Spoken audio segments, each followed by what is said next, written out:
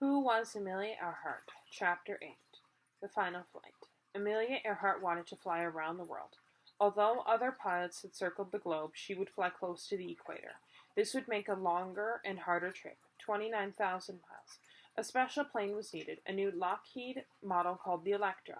The plane was large enough to carry 10 passengers, but Amelia had the seats removed. Extra fuel tanks were put in. This allowed the plane to fly up to 3,000 miles before stopping to refuel. The Electra had new radio equipment. Amelia would be able to communicate by voice and code. It also had 2 engines, which made it more complicated to fly. Amelia had to train with different pilots to learn how to fly it. It would take months to prepare for the trip. Amelia and George hired 2 navigators to fly with Amelia. They would help Amelia stay on course. The flight path would go from east to west. Amelia would take off from California and head towards Hawaii. On March 17, 1937, the Electra left Oakland, California. Amelia and her 2 navigators arrived in Honolulu about 16 hours later. The first leg of the trip was a success. Then Amelia had an accident. As Amelia was taking off from Honolulu, the plane lurched out of control. The landing gear collapsed. A wing was torn open. Luckily, no one was hurt, but the $100,000 plane was badly damaged. It had to be shipped back to Lockheed on the mainland. Almost 2 months went by before the plane was ready to fly again. Because of the delay, one of the navigators could not continue the flight. This left only the other man, Fred Noonan. There was also another change. Due to the weather patterns, the flight had to be reversed. Amelia would now fly from east to west. On May 21st, Amelia left Oakland, California and headed east to Miami, Florida. The whole world was watching.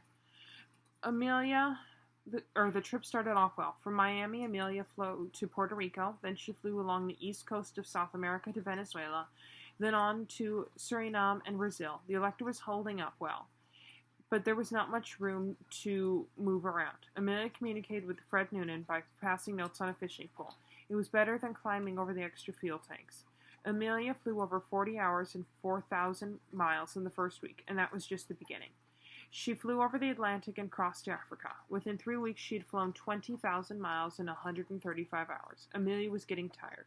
She would be glad when the long hours of flying were over. By July 1st, Amelia had reached New Guinea. From New Guinea, she would go on to Howland Island and then to Honolulu, Hawaii. The next and last stop would be Oakland, California. There was only 7,000 miles left on the 29,000-mile trip. Most of the last miles were over the Pacific Ocean. On July 2nd, Amelia took off from New Guinea. The trip to Howland was to take 19 hours. Howland was a tiny island in the Pacific. It was only 2 miles long and 3/4 of a mile wide. It would be very hard to find, but it was the only place to land and refuel. Amelia had to depend on Fred Noonan to spot the tiny strip of sand. To help Amelia and Fred, a U.S. Coast Guard ship was sent to Howland. The ship would be waiting at the island. It would send out a signal to guide the Electra in for landing. On July 2nd, Amelia took off from New Guinea. She had radio contact with New Guinea for the next 7 hours, but then she went out of range. Amelia was supposed to reach Howland Island early the next morning. Throughout the island, the radio man on the Coast Guard ship heard short messages from Amelia, but they could not tell out how far she was. The captain was worried. Amelia did not seem to hear their radio messages, and they could not get a fix on her when they called in to them. At 7:42, the radio man on the Coast Guard ship got a brief message. Amelia said, "We must be on you, but cannot see you, and gas is running low. Been unable to reach you by radio."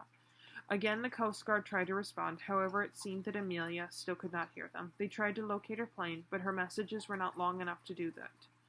At 8:45 a.m., one more message came in from Amelia. The last thing she said was, "We are running north and south." Amelia was frantically searching for Howland Island, but she never found it.